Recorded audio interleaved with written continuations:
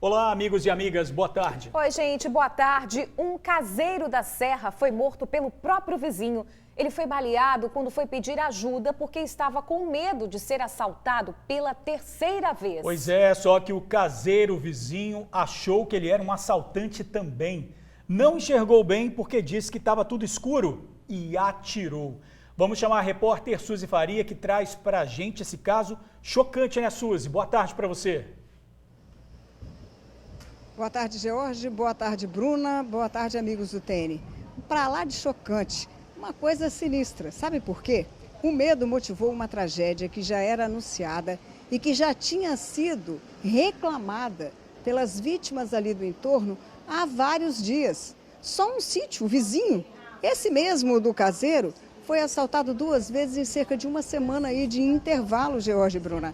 Um caso assim que inclusive o proprietário chegou a reclamar, a pedir segurança, mas nada foi feito. Foi um assalto, foi o segundo assalto, no terceiro que houve uma simples desconfiança que poderia ser mais um.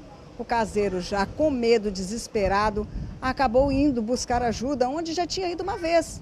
E o que aconteceu? No escuro, sem ver nada, temendo pela própria vida e da família que estava dentro de casa, um caseiro de 50 anos atirou. Matou um colega, matou um vizinho. Detalhes desse assunto nós vamos ver agora, novamente motivado pelo medo e pela insegurança naquela região. Vamos acompanhar a reportagem. O sítio é esse, pertence a um senhor de 78 anos. Fica próximo ao bairro Belvedere, na Serra, às margens da BR-101 Norte. Teria sido invadido na noite de sábado para domingo. O caseiro de 50 anos estava com a esposa e o filho. E ao ouvir o latido dos cães, se levantou para saber o que acontecia. Alertado pelos cães, o caseiro tentou ver o que estava acontecendo aqui no quintal. Percebeu que a casa estava sem energia. Aí a preocupação aumentou. Ele então se preveniu, se armou com a espingarda cartucheira. E assim que abriu a porta para visualizar o quintal, já se deparou com 2 homens aqui do lado de fora. Ele não esperou reação, não pensou 2 vezes. Atirou contra eles para tentar espantá-los. Acertou um, que caiu morto aqui na hora. O outro conseguiu fugir. O morto foi identificado pela nossa reportagem. Seu nome, Isaac da Gama Ferreira, 62 anos. A surpresa foi saber que ele era o caseiro do sítio vizinho. É isso mesmo, o mesmo que já havia sofrido 2 assaltos no intervalo de poucos dias. É ele quem dá entrevista ao TN, sem mostrar o rosto, e chora ao lembrar da arma apontada para a cabeça em um dos assaltos. A espingarda já estava apontada para mim. Aí eu falei, não atira não. Você vai me atirar porque você quer o que aqui? Eu quero pegar uma parada que tem aí dentro. Aqui dentro? Quero pegar uma parada aí dentro mesmo aí. Seu Isaac já tinha passado por 2 situações tensas em que pensou que seria morto. Não imaginou que ao pedir ajuda seria assassinado por um colega de trabalho. O mesmo que já o tinha ajudado uma vez, em circunstância bem parecida. O outro que fugiu é o amigo da vítima, esse senhor, que também prefere não se identificar. Ele trabalha como vigilante, era amigo de Isaac há cerca de 22 anos e foi ficar com o amigo para fazer companhia, um reforço na segurança. Mas ele conta que tudo mudou quando ele e Isaac perceberam que poderiam ser assaltados de novo. Seria a terceira vez. Aí eu vi o cachorro latindo e um carro descendo. Aí depois subiu, veio devagarzinho, que chegou na ameação do portão da casa, parou, ficou silêncio. Aí eu falei assim, Isaac, vamos sair para fora, senão essas pessoas vão invadir, vão pegar nós aqui dentro, que a porta nós escorremos. Aí falou, vamos embora. Aí nós descemos, aí passamos uma porteira, pulamos por cima dela, aí chegou na outra, a gente, mesma coisa. Aí chegou na casa do pessoal lá, nós fomos pedir ajuda, né? Aí chegou e bateu. Quando bateu na janela, alguém foi atender, estava escuridão mesmo, igual abriu. Aí a pessoa pegou e já saiu atirando, de lá de dentro. Depois que viu que era o colega, o caseiro que atirou pediu desculpas. Quando eu fui ver ele, pegou, deitou no chão. Aí eu fiquei ali tentando animar ele, perguntando se ele estava bem e tal. Esse camarada depois saiu para fora, falou que ia chamar uma pessoa que tinha um carro lá em cima. O próprio caseiro do local. É, o próprio caseiro. Seu Isaac morreu na hora. Morreu pelo medo de um caseiro que atirou, temendo ser ele mais uma vítima da violência que assola essa região, conhecida como Tabuleiro. Os dois sítios ficam bem próximos, estão afastados por cerca de 50 metros. O proprietário do sítio onde a morte aconteceu, quando deu essa entrevista, nem imaginava quem seria a vítima. Buscou na área se algo havia sido levado, ainda pensando que seria um assalto. Não faltava nada. Na verdade, para ele, sobra indignação pela constante ameaça que sofre quem tem propriedades em zonas rurais. Infelizmente, hoje, nós estamos assim, né? Quem está na roça está desprotegido, não tem segurança nenhuma. Para vocês verem que tudo aconteceu antes, o proprietário do sítio anterior que perdeu objetos musicais em cerca de R$300 mil já havia solicitado, já havia pedido uma mudança ali na forma com que a polícia passa, visualiza toda essa questão. E de novo foi acontecer. Seu Isaac, com medo de passar mais uma vez pelo aperto, que tinha passado duas, foi pedir ajuda ao vizinho, acabou morto por ele. O vizinho, o caseiro, de 50 anos de idade, foi levado até a delegacia, prestou depoimento e o delegado considerou que ele agiu em legítima defesa e ele foi liberado. Porém, as investigações ainda seguem para definir o que de fato aconteceu. O crime, apesar de ser considerado aí em legítima defesa, pode ter outras versões, já que quando o caseiro e também o outro amigo foram falar com a polícia, eles apresentaram algumas informações que não convenceram o delegado, que ainda pode gerar alguma dúvida. Pode ter tudo acontecido dessa forma, sabe, Jorge Bruna? Mas a polícia gosta das coisas de forma rigorosa e correta. Então, eles vão até o fim disso aí, investigar profundamente para saber a real situação disso tudo. Foi o medo que levou o caseiro a sair de casa e procurar ajuda? Foi o medo que levou o caseiro de 50 anos a atirar antes de saber o que estava acontecendo? Enfim, tudo vai ser esclarecido através das investigações. Jorge Bruna. Que triste isso, né? Ele deu uma entrevista para a gente recentemente, relatando justamente esse medo, esse pavor. Ele chorou durante a entrevista por conta justamente dessa insegurança. E agora esse senhor, esse caseiro, é uma vítima aí também dessa violência. Não deixa de ser uma violência. Como a Suzy falou, a polícia vai continuar investigando para saber o que de fato aconteceu. Mas é uma morte muito triste da gente noticiar. É isso mesmo, né? Agora você imagina a situação. Você está ali, todo mundo vigiando a área e um caseiro vai pedir ajuda ao outro o outro está com medo de ser um bandido. Olha que... Ou seja, a situação ali está difícil de qualquer forma. De fato. Né? Porque não é a primeira vez. Né? A polícia vai investigar, enfim, o que pode ter acontecido, mas não é o primeiro caso envolvendo essa situação. Essa região ali também, né? Suzy, obrigada pelas informações, minha amiga. Até mais. Gente, agora um alerta para os pais quando os filhos ficam na internet. Verdade. As crianças ficam na internet. Um homem marcou um encontro com uma criança de 11 anos. O pai desconfiou, porque ela ficava muito tempo ali nas redes, e foi, sabe como? No lugar dessa menina. Pois é, a gente tem imagens aí, pode colocar, do que aconteceu no momento aí em que esse homem chegou para esse suposto encontro. Gente, é o seguinte, isso aconteceu em Porto Canoa, na Serra, tá? Depois de marcar esse encontro com essa criança de 11 anos, o pai da menor, como o Jorge explicou, foi no lugar dela e decidiu confrontar o suspeito. Lá no local, essas imagens que a gente está vendo, a polícia já tinha chegado, mas ele foi rendido por populares que justamente fizeram isso, acionaram a polícia militar. Agora a história, veja bem como é um alerta extremamente importante para quem está ouvindo a gente. Segundo as informações do próprio pai dessa criança, ele preferiu não se identificar. Esse suposto encontro foi marcado assim que ele tomou o celular da filha e percebeu a conversa entre esse suspeito e a menor de 11 anos. Ele decidiu se passar pela filha, deu corda, deu continuidade à conversa, que, segundo ele, tinha forte teor sexual por parte do suspeito.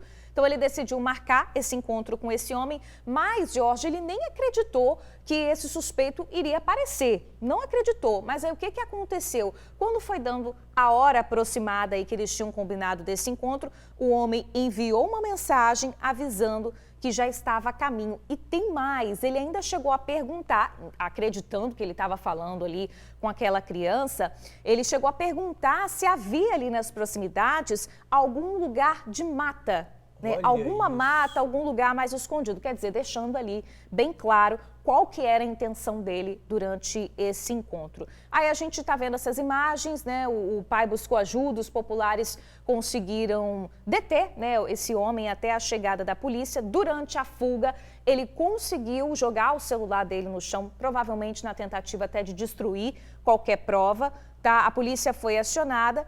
Ele, antes de ser encaminhado à delegacia, precisou de atendimento médico, ficou um pouco machucado ali, mas veja bem, ele foi para a delegacia e foi liberado depois de assinar um termo circunstanciado, garantindo que vai comparecer em juízo, ou seja, já está na rua. Pois é, mesmo a informação, né, que a polícia está investigando, que na rede social dele, de 200 seguidores ali, todos eram crianças. Olha isso. Meninas, crianças, 200.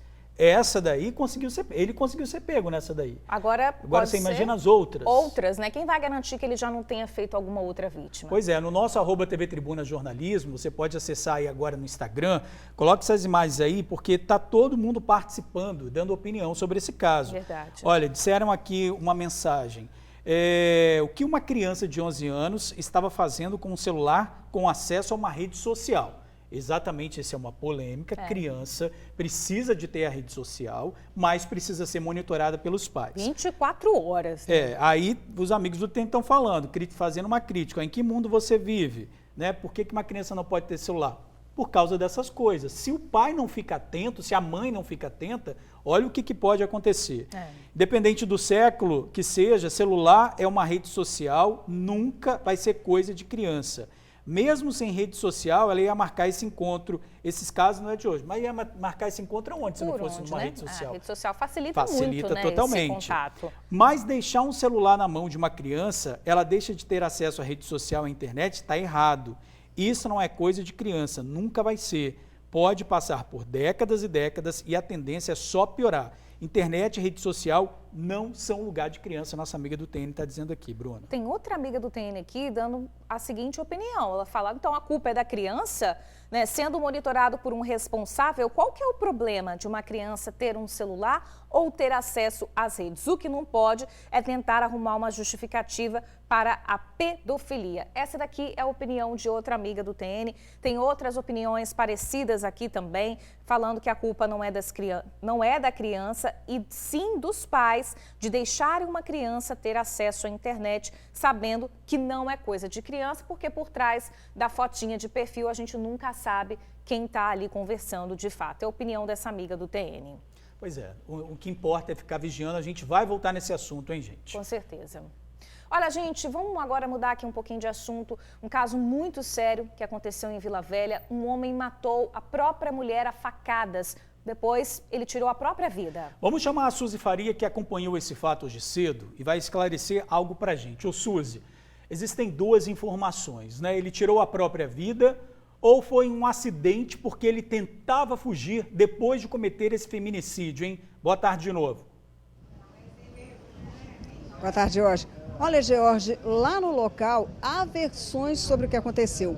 A principal suspeita é que logo depois de ter cometido o feminicídio, a morte, o seu Gilvan, que era o companheiro da dona Maxilane, teria se jogado da janela porque o irmão dela tentava arrombar a porta para entrar na casa.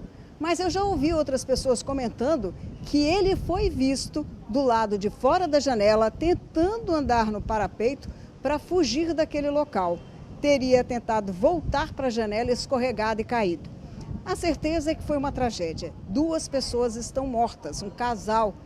E sempre aquilo que você mesmo comenta aqui, Jorge. Um fim do relacionamento onde o homem não aceita o final desse relacionamento. O que aconteceu? A mulher, a dona Maxilane, que vocês vão conhecer daqui a pouco com mais detalhes, ela namorava com ele há 10 anos. Ela chegou agora a estar morando com ele.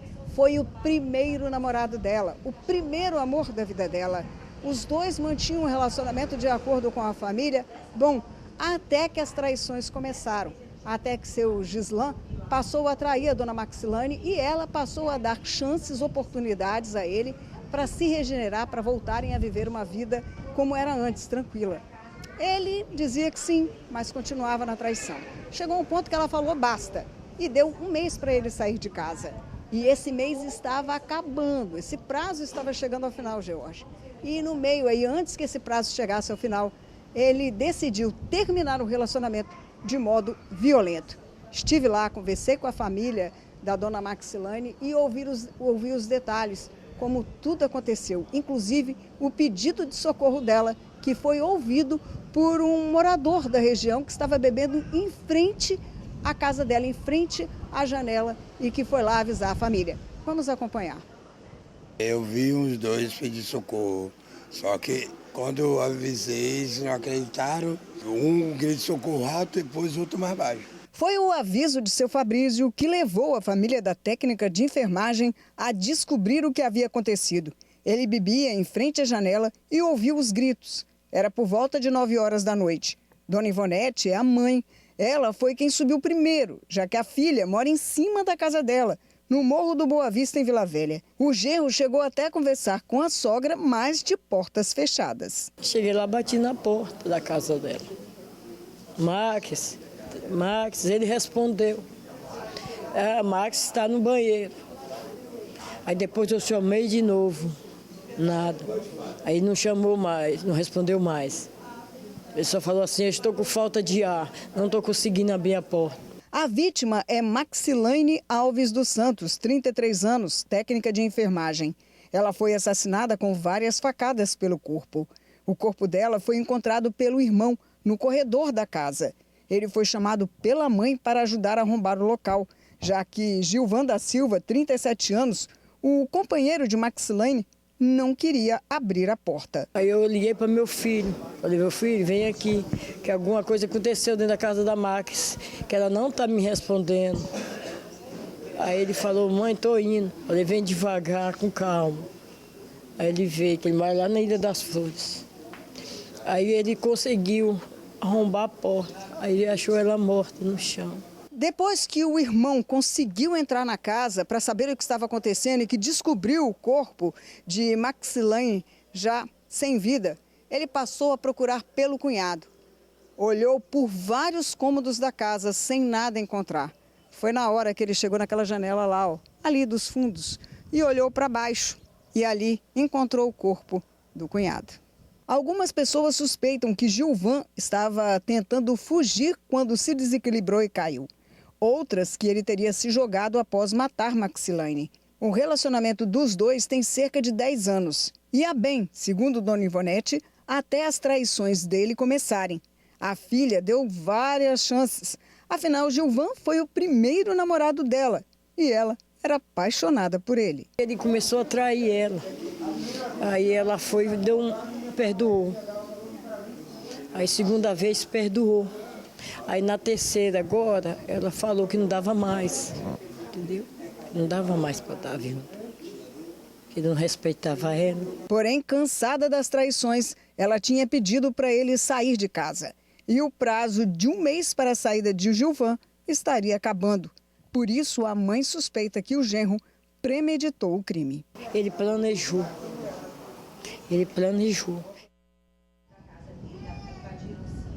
Pois é, tem muitos amigos aí da Maxilane que está mandando aí mensagens para a gente dizendo que conhecia a técnica de enfermagem e que ela vai fazer muita falta. A família de Gilvan, a mãe está internada depois que soube de tudo isso. Ela ficou bastante abalada e se encontra no hospital. Agora, George Bruna, esse não foi o único caso de feminicídio deste final de semana. Em São Gabriel da Palha, noroeste do estado, um fato parecidíssimo com isso. O marido liga para um irmão e diz que a mulher dele estava passando mal, os dois brigaram e ela acabou esfaqueando ele e ele, para se defender, também teria esfaqueado ela. Quando o irmão chega na casa dele, que já não estava mais na residência, encontra a cunhada morta dentro da residência. A polícia é avisada, a família é avisada e o homem que teria cometido esse crime continua desaparecido e ainda não foi localizado. De novo, uma discussão, de novo uma briga por conta do relacionamento e mais uma vez um feminicídio é registrado no estado. George, Bruna. 2 casos chocantes, 2 famílias que agora choram a perda de mulheres fortes, incríveis, que tiveram a vida interrompida tão cedo por conta de monstros que se acham donos, se acham no direito de decidir se podem ou não terminar um relacionamento. Isso é um relacionamento longo ainda. Exato, 10 anos nesse caso da mulher de Vila Velha, né, dessa vítima. Nosso abraço forte aí para essas 2 famílias. Suzy, obrigada pelas informações, minha amiga. Olha, 1 ano de casamento, tempo suficiente para deixar marcas psicológicas e nesse final de semana, marcas físicas também. Olha, gente, o casal discutiu e o homem tentou esfaquear a mulher. O filho dela, de 6 anos, entrou na frente, o menino de 6 anos, para defender a mãe e acabou ferido.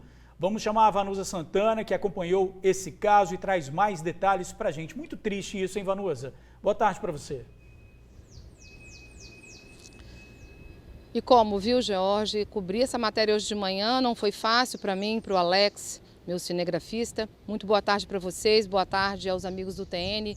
Esse caso aí, como vocês disseram, há 1 ano essa mulher convivia com esse homem, que é um aposentado por invalidez de 27 anos. Durante todo esse tempo, esses 12 meses, eles viviam aí uma relação muito abusiva, de trocas de violência, de palavras, de xingamentos, palavras de baixo calão e também por uma tortura psicológica que ele insistia em fazer com ela, porque ela, no caso, estava desempregada e ele usava isso contra ela como uma forma de obrigá-la a ficar com ele.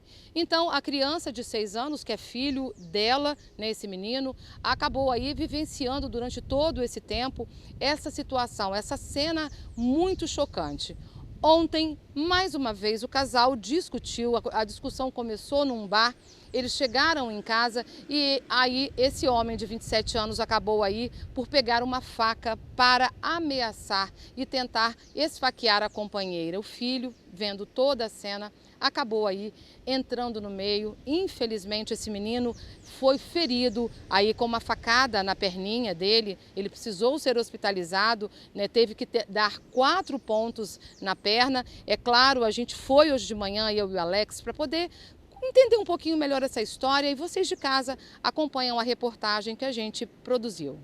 Vamos acompanhar. O corte na perna da criança de 6 anos foi provocado pelo padrasto. Ele tentava golpear a mãe do garoto com uma faca, quando acabou acertando o enteado, que entrou na frente. A briga foi dentro da casa da família, na Ponta da Fruta, em Vila Velha. A confusão aconteceu na noite desse domingo. O casal estava bebendo em um bar bem próximo de casa. De repente, o marido começou a ter muitos ciúmes, passou a falar para a mulher que ela estaria se insinuando para outros homens. É claro que a mulher acabou aí dizendo que não, que ele estava imaginando coisas. Para evitar o pior, ela decidiu vir embora para casa. Os dois, pelo meio do caminho, continuaram a discussão. Até que quando ela chegou em casa, ela decidiu não ficar mais com ele. Começou aí a arrumar as coisas, as roupas dela. Ele ficou muito nervoso nesse momento, passou então a fazer uma tortura psicológica com a mulher. Ele não deixou eu pegar e ele falou bem assim que eu não tinha para onde ir, que eu era dependente dele, que eu ia ter que viver isso para sempre na minha vida. E foi na hora que eu fui para pegar as coisas, ele pegou a faca, ele me cortou, meu filho entrou na minha frente, ele cortou meu filho. Vizinhos que ouviram o barulho da confusão foram ao local. Mãe e filho foram socorridos com cortes pelo corpo. Já o agressor foi contido até a chegada da polícia. Igor Rodrigues, de 27 anos, foi preso. Ele usou a desculpa de ser menor que a vítima para justificar a atitude dele. Ela tem 1,80 m, eu sou menor. Então eu tive que pegar uma faca porque ela estava me batendo, ela estava me agredindo. Eu tive que pegar uma faca pelo menos para me defender. Não sei como aconteceu, eu sei que eu fui saber lá no DPJ, na delegacia da mulher, que o filho dela tinha sido machucado. Mas, no momento nenhum, tive intenção de machucar ele, amo aquele menino demais, gosto muito dela também. Jamais eu faria isso por mal, entendeu? A vítima, que é dona de casa, conta que se relacionava há 1 ano com o marido. Tempo que foi obrigada a conviver com torturas psicológicas. Tudo acompanhado pelo filho. Já teve outras vezes também, dentro de casa, ele se mostra muito bom para os outros, assim, mas ele é um cara manipulador. Nesse 1 ano que eu tô com ele sempre foi desse jeito. Espera que aconteça agora. Que ele fica preso. Pois é, né? Ele falou aí que ama, né, a mulher, que ama o enteado, mas a gente pode lembrar para você aí de casa que quem ama não mata não, tá? Não mata mesmo. Ou seja, essa criança agora vai ficar com esse trauma, né? Porque ela tem só 6 anos, é um menino, é um garoto ali, né? Que vai levar para a vida com essa cena? Então o melhor é separar antes que isso aconteça. Vamos lá, a gente entrou em contato com a Polícia Civil justamente para saber o que aconteceu com esse rapaz que tem 27 anos. Depois de ter sido levado para a delegacia da mulher, ele foi autuado por lesão corporal, ameaça e no artigo 232 do Estatuto da Criança e do Adolescente, que é o quê? Submeter criança ou adolescente sob sua autoridade, guarda ou vigilância a vexame ou a constrangimento. Na manhã de hoje, George Bruna, ele foi levado ao centro de triagem de Viana. Volto com vocês. E que continue por lá, porque não adianta nada se daqui a pouco ele estiver solto e voltar a importunar essa família, né? Vanusa, obrigada aí pelas informações. Olha, gente, um interno de um abrigo para moradores em situação de rua foi baleado durante um surto. O homem teria tentado agredir um cuidador e ainda tentou pegar a arma do vigilante do local. O fato aconteceu nesta casa, onde a instituição abriga moradores em situação de rua. Fica no bairro Divino Espírito Santo, em Vila Velha. Foi na madrugada de domingo, onde um dos internos teria acordado alterado.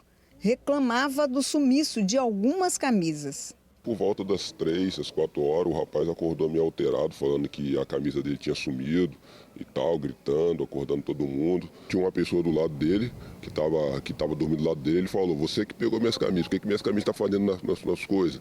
E aí ele direcionou a raiva dele para uma pessoa que estava do lado dele, entendeu? Mas o que teria sido uma discussão entre moradores, na verdade, evoluiu para agressão. De acordo com este rapaz, que estava na casa na hora, o interno tentou tirar a arma do vigilante e acabou levando um tiro na perna. O vigilante daqui foi intervir, né?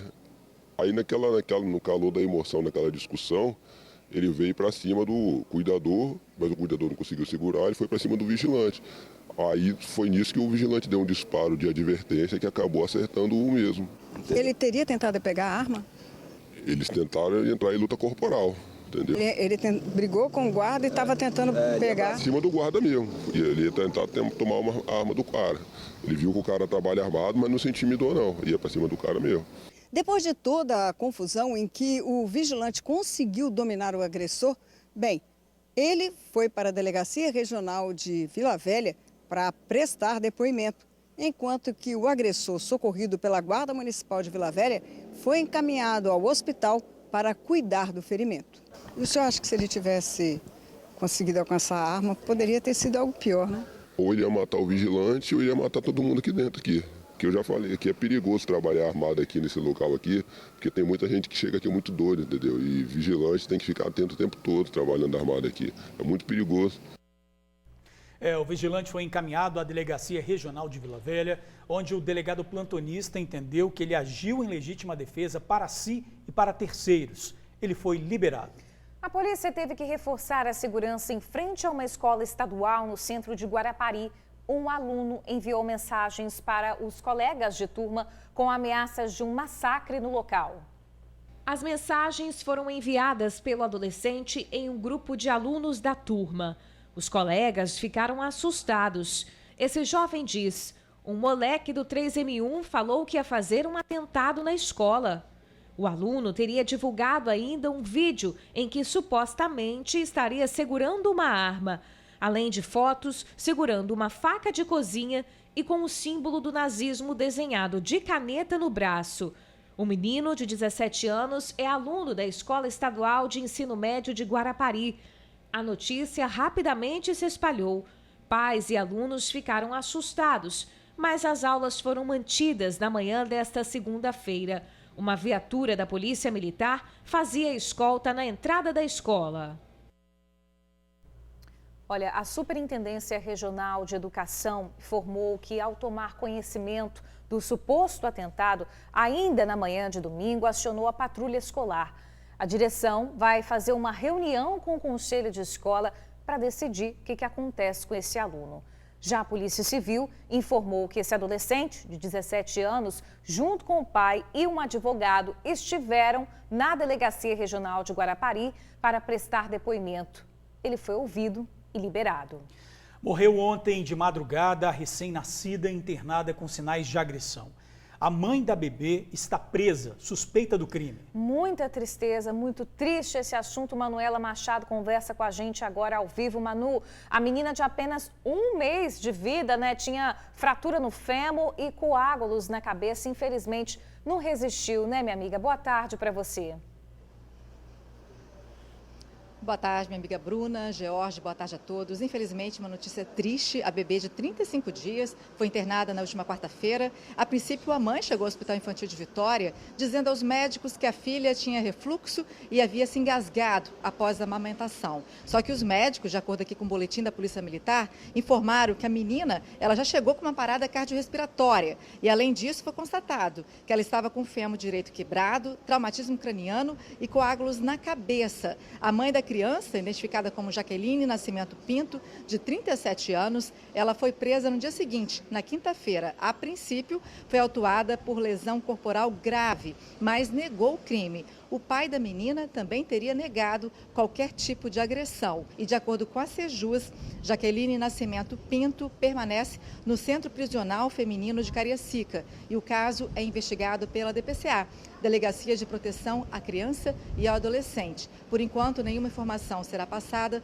para não atrapalhar as investigações. Eu volto com vocês. Tem que investigar mesmo para ver o que aconteceu, né, durante essa agressão com essa família. Muito triste. Manu, obrigada aí pelas informações, minha amiga. Olha, a polícia continua atrás dos criminosos que roubaram quase 2,5 milhões de reais da casa de um ex-deputado da Serra. Esse crime aconteceu em Jacaraípe. É muito dinheiro, né, gente? As câmeras de segurança registraram a fuga dos bandidos. Um desce pela laje do portão principal, enquanto os comparsas arremessam os pacotes de dinheiro. Essa cena foi registrada na madrugada de sexta-feira. Esse bando entrou pelos fundos da casa, rendeu o ex-deputado estadual Luiz Carlos Moreira, a esposa e os filhos, um bebê de 6 meses e um menino de 10 anos. Os bandidos reviraram o escritório e o quarto do casal. Depois do crime, a polícia técnico-científica esteve na residência, colheu material biológico que pode apontar a identidade dos bandidos. Mas a gente sabe, né, que existe uma apuração de que esse dinheiro, esses 2 milhões e pouco, são da venda de uma fazenda. E todo esse dinheiro estava guardado num compartimento aí dentro da casa. Mas como que você entra dentro da casa de uma pessoa já sabendo que tem uma quantia dessa? E vai certinho no local pegar, né? E vai certinho no local. Então, ou seja, é alguma coisa que precisa ser apurada com mais rigor. Com certeza. A Polícia Civil, gente, ela disse que esse caso aí segue sob a investigação do Departamento Especializado de Investigações Criminais, o DEIC. Até o momento, nenhum suspeito foi detido e outras informações também não serão divulgadas, né? Isso aí é um padrão para não atrapalhar as investigações, mas você, se tiver algum detalhe, é só ligar para a Polícia 181. É isso aí, gente. Olha, a Vanusa Santana de volta aqui com a gente ao vivo no TN1 para falar do caso de uma jovem que, depois de uma discussão banal, agrediu as irmãs e um bebê de só 10 meses. Pois é, Vanusa, mas não parou por isso aí não, né? Depois de tudo isso, ela ainda colocou fogo na casa. Por que tanto descontrole, Vanusa? Boa tarde de novo. George, boa tarde novamente para vocês aí no estúdio. Descontrole, assim, não dá nem para... Eu tenho até vergonha de dizer o porquê. Tudo por conta de um par de chinelos. Essa moça de 20 anos, né, que é a suspeita, que acabou presa, ela estava usando o par de chinelos da irmã mais nova. A irmã mais nova foi pedir para que ela entregasse os chinelos que ela queria usar, que ela estava descalça. Ela não concordou, as duas discutiram. Uma outra irmã, que é uma irmã de 15 anos, foi se meter no meio. O que aconteceu? Elas entraram em luta corporal. Essa moça de 20 anos acabou por agredi-la, essa menina, a irmã de 15 anos, e a outra irmã de 12 anos. Um dos socos acabou por pegar a bebê, que é filha de uma delas, a de 15 anos, no rosto, né? Machucou a boquinha da bebê. Até então, elas imaginaram que ali havia acabado a discussão. Essa moça de 20 anos subiu, foi para casa, que é um sobrado que fica ali no bairro Santo André, de 3 andares. Elas moram no 3º andar desse sobrado e ali ela subiu, e elas achando que estava tudo bem. Logo na sequência, ela desceu e ninguém sabia de nada até então. Até 2 crianças que ainda estavam lá no 3º pavimento usando o banheiro, elas saíram do banheiro e viram quando o quarto dessas meninas, dessas 2 adolescentes, estava em chamas. Ou seja, essa menina de 20 anos, essa jovem, acabou por jogar álcool no quarto, no colchão da irmã de 15 anos e da de 12, e aí ela ateou ali, acendeu um fósforo e acabou por incendiar o quarto inteiro. Tudo foi destruído com as chamas. O resumo disso, George e Bruna, ela ali ficou um tempo depois que as crianças desceram justamente para dizer que estava pegando fogo. Os vizinhos desesperados, uns seguraram ela, porque ela falou que tinha sido ela mesma, e aí outros subiram para poder tentar conter o fogo. Graças a Deus, eles conseguiram conter esse fogo, porque já estava chegando ali na parte da cozinha. O grande medo de todo mundo que estava ali, da família inteira, era de que chegasse à cozinha e atingisse a botija de gás. Eles conseguiram conter as chamas e, enfim, conteram o fogo e chamaram a polícia justamente para levar essa moça. É claro que agora é uma família de 6 irmãs aí, né? É uma mãe que lutou tanto tempo para poder criar essas meninas e construir a casa, agora vai ter que começar do zero. Ela está desesperada, a mãe dessas meninas. Vamos conferir o que a gente conversou com ela.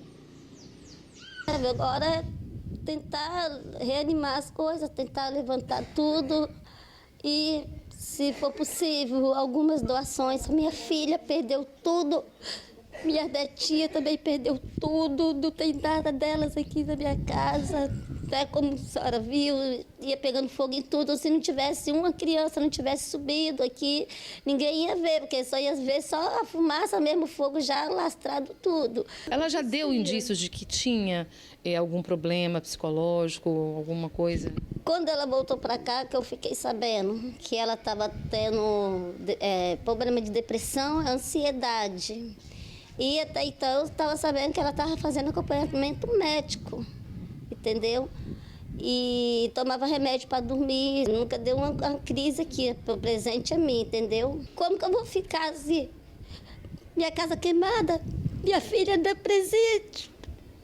Eu fui direto para a delegacia. Eu estou muito abalada, não sei. Né? Ela cometeu um crime, né? Justiça vai ser feita, porque ela já está lá. Bem, a gente fica com muito dó, sabe? Porque a gente que é mãe, a gente imagina a dor dessa mãe aí, que agora viu a casa aí ser perdida, as coisas, o pouco que ela lutou e conseguiu aí ao longo da vida, foi perdido em minutos ali com o fogo. E agora ela está sem nada, né? A bebê, principalmente, que nasceu tem 10 meses, ela também ficou sem todo o enxoval que eles fizeram com muito esforço. Então, assim, se o amigo do TN estiver vendo agora, tiver alguma coisa para doar, né? Eu acho que eu não sei se a gente está dando agora o número do telefone, mas qualquer coisa pode ligar para a nossa produção, que a gente vai sim encaminhar tudo que for doado. Agora a gente entrou em contato com a Polícia Civil justamente para saber aí a atuação dessa jovem, que infelizmente agora está presa porque tão nova, né? Fez uma besteira dessa. Vamos lá, a Polícia Civil informa que a suspeita de 20 anos foi conduzida à Delegacia Regional de Vitória. Ela foi autuada por lesão corporal, ameaça e incêndio. Na manhã de hoje, como a gente mostrou agora há pouquinho, ela passou pelo DML e foi encaminhada ao presídio feminino. Bruna George. Obrigada. A gente está vendo que a família está precisando de ajuda, né? Vanusa falou do telefone da nossa produção. Você pode mandar uma mensagem para o nosso WhatsApp, claro. É o 997-922530, 997-922530, para a gente ajudar essa família a recomeçar. Está precisando de tudo, né? Todo apoio, qualquer ajuda é muito bem-vinda, inclusive aí para o enxoval dessa criança que tão nova já passou por toda essa situação aí de violência e ainda por cima perderam tudo relacionado ao enxoval desse bebê. O telefone está aí na tela, quem puder ajudar, a gente, claro, encaminha aí todas as doações. Vanusa, obrigada pelas informações. A Prefeitura de Linhares está investigando a suspeita de uma 4ª morte por dengue no município. A Secretaria Municipal de Saúde informou que se trata de um paciente que não teve a identidade revelada. No estado, 16 pessoas já morreram por complicações da doença desde o início do ano. Mais de 45 mil foram notificadas com dengue. Linhares, gente, já confirmou a morte de 3 moradores nos bairros Juparanã, Novo Horizonte e Nova Betânia. Ao lado de Castelo, a cidade é a que mais registrou óbitos pela doença. Começou a ser pago hoje o Bolsa Família. Aqui no Espírito Santo, cerca de 315 mil famílias vão receber o benefício. O retorno do programa, que substitui o Auxílio Brasil, atende famílias com renda per capita classificada como situação de pobreza ou de extrema pobreza. A Poliana tem 29 anos e cria sozinha 5 filhos, todos menores de 10 anos. A casa em que ela mora, em Aribiri, é cedida pela madrinha. Ela recebe um salário mínimo e atualmente está cumprindo o aviso prévio. A vida não é fácil. De vez em quando falta dinheiro até para o leite. Tem os suplementos que eu tenho que levar para eles, tem fralda, tem leite. Então, os vizinhos me ajudam muito. A minha mãe também me ajuda, alguns amigos meus que moram distante, me ajudam muito para poder sobreviver, né? Porque sozinho eu não consigo. O meu trabalho é dedicada a eles. Eu ajudo, eu compro, eu luto, sempre tentei, eu sempre vendi uma coisa, vendi outra, e vendo doce, trabalho um horário. Esse ano está sendo tudo mais complicado, né? Nessa segunda-feira, a Caixa Econômica Federal começa o pagamento do novo Bolsa Família para os beneficiários que têm o cartão de número de identificação social com o final 1. A família da Poliana está com expectativa de receber esse benefício e agora o programa ele volta cheio de novidades. A medida provisória prevê que cada família receba no mínimo R$ 600 e caso essa família ainda tenha crianças na primeira infância, que são as crianças de 0 a 6 anos, a família recebe ainda um adicional de R$ 150 por criança de 0 a 6. Então, digamos assim, a família não tem nenhum filho com menos de 6 anos, vai receber os R$ 600. A família já tem criança de 0 a 6 anos, mais R$ 150 por criança. É essencial que as pessoas que recebem o Auxílio Brasil tenham seus dados do Cadastro Único atualizados. Quem não tiver, corre risco até de ser desvinculado do programa. É com base no Cadastro Único que a Caixa faz o pagamento. Então, qualquer dado que tenha mudado dessa família, qualquer informação diferente, essa família precisa se remeter ao CRAS, né, para corrigir lá o seu Cadastro Único, para que a informação venha corretamente para a Caixa poder fazer o pagamento. Nem todos tiveram as mesmas oportunidades. Nem todos tiveram. E muitas vezes esse Bolsa Família é que vai oportunizar as pessoas a terem um pouquinho mais de condição. É desesperador saber que eu estou de aviso, daqui a uns tempos eu não vou receber nada. Então já estou desesperada. Olha, gente, em relação ao problema da Poliana em receber o Bolsa Família, a orientação é que ela atualize o cadastro no CRAS mais próximo. Somente com os dados atualizados, ela vai continuar a receber o benefício. Então tá aí o recado. O calendário dos pagamentos vai seguir até o dia 31 de março, de acordo com o número do NIS.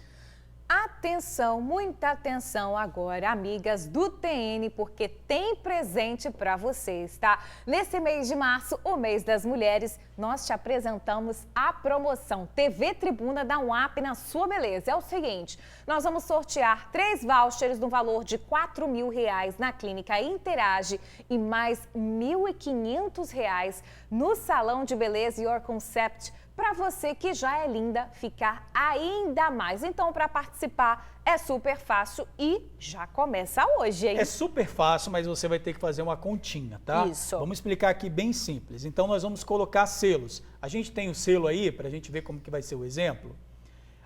Esse selo, aqui, ó. Esse selo, uma tarja, né? Uma tarja. Um selo gigantão. Não dá para não contar. É bom tá? que todo mundo enxerga direitinho. Olha aí, ó. Vai aparecer essa tarja gigantesca aqui, que a gente vai chamar de selo, hoje, terça, quarta, quinta e sexta. Esse aqui não tá valendo, tá bom? Não valeu, só para você saber. Esse aqui não tá valendo. Então, a partir do nosso intervalo, a gente vai... Esse aqui, ó, tá aparecendo de novo, mas não tá valendo. Não tá? vale, é só para você se ambientar, só pra você se ambientar. conhecer. Então, você vai contar, a partir do intervalo, a gente vai colocar, pode tirar esse aqui e não coloca mais para ninguém confundir. Zero. Então, depois do intervalo, a gente vai começar a colocar a quantidade de selos. Você faz uma tabelinha aí. Segunda, terça, quarta, quinta e sexta.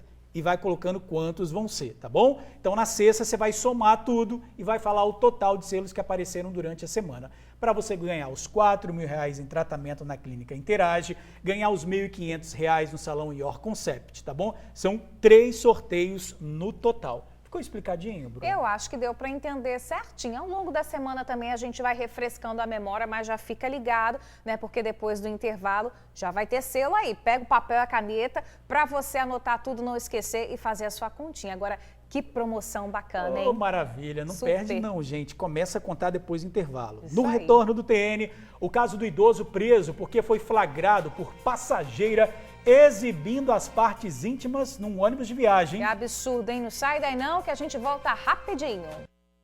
TN1 de volta em Itaguaçu, noroeste do estado. A polícia investiga o assassinato de um casal. Um homem e uma mulher foram mortos a tiros no meio da rua, no bairro Barro Preto. Os nomes das vítimas não foram divulgados e ainda não se sabe o motivo do crime. A polícia fez buscas, mas não localizou o suspeito de cometer esse duplo assassinato. O caso segue sendo investigado. E um casal foi esfaqueado após uma briga dentro de um bar em Ibatiba. Depois de feridas, as vítimas foram socorridas por uma equipe do SAMU. Foram levadas para um hospital da região. Todos estariam bebendo cerveja quando a discussão começou. Alterado, o suspeito de 40 anos saiu do bar, voltou armado com uma faca e feriu o homem e a mulher que tentou impedir os golpes. Depois do crime, ele se escondeu numa casa, mas foi encontrado pela polícia. Foi autuado 2 vezes pelo crime de tentativa de homicídio e foi encaminhado ao presídio. Manuela Machado vai estar de volta aqui com a gente agora, trazendo mais informações sobre um idoso preso por exibir as partes íntimas dentro de um ônibus de viagem. O que é isso, Manu? A passageira conseguiu flagrar aí o suspeito fazendo os atos obscenos, não é isso? Boa tarde para você de novo. Boa tarde novamente, isso mesmo, um absurdo, né? A vítima, que tem 22 anos, contou à polícia que sentou ao lado do idoso de 63 anos, do suspeito. E dentro do ônibus estava escuro. Ela então percebeu que ele passava a mão nas pernas dela. Ela acendeu a luz e viu que ele estava se masturbando. Foi quando ela fez um vídeo com o celular, foi até o motorista e eles chamaram a polícia militar. O ônibus, que é interestadual, seguia do Espírito Santo para Minas Gerais, em Lajinha, e foi abordado pela polícia na BR-262, na altura da prefeitura de Viana. O suspeito José Manuel Fagundes, de 63 anos, foi preso, segundo a Polícia Civil, foi encaminhado à Delegacia Regional de Cariacica e foi autuado por importunação sexual. Foi encaminhado ao presídio. Eu volto com vocês. Esse é o resultado de quem faz isso, né? É isso aí. Que aprenda. Valeu, Manuela. Obrigado. Olha, gente, a obra de engordamento da praia de Meaípe está avançando. É isso aí, a intervenção é um pedido antigo dos moradores que há anos sofrem com a erosão e o avanço do mar sobre a faixa de areia. A beira da pista virou praticamente um camarote. Todo mundo querendo ver um pouquinho os trabalhos de engordamento da orla de Meaípe, em Guarapari. A draga pega a areia do fundo do mar e as tubulações despejam o material na parte onde vai ficar a nova faixa de areia. É a tentativa de recuperar o que a erosão levou embora. Acho que vai ser muito eficiente aqui para o bairro, que está carente do ecoturismo, né? Porque Sapaí foi muito devastado pela erosão do mar. Agora vai ser show de bola aí. Antigamente era melhor, né? Uns tempos atrás, anos atrás. Aí depois parece que deteriorou um pouco, mas agora com essa obra, pelo visto, vai ficar muito bom, né? Teve gente que colocou até uma cadeirinha de praia para dar uma olhada com mais calma e ver de perto o trabalho da equipe. Essa obra aqui vai ser essencial, não só para mim, mas para você também, quem vem de fora. O turista. O turista, né? E vai gerar emprego também. Isso é muito bom, foi bem colocado. É um gasto, mas é um gasto essencial.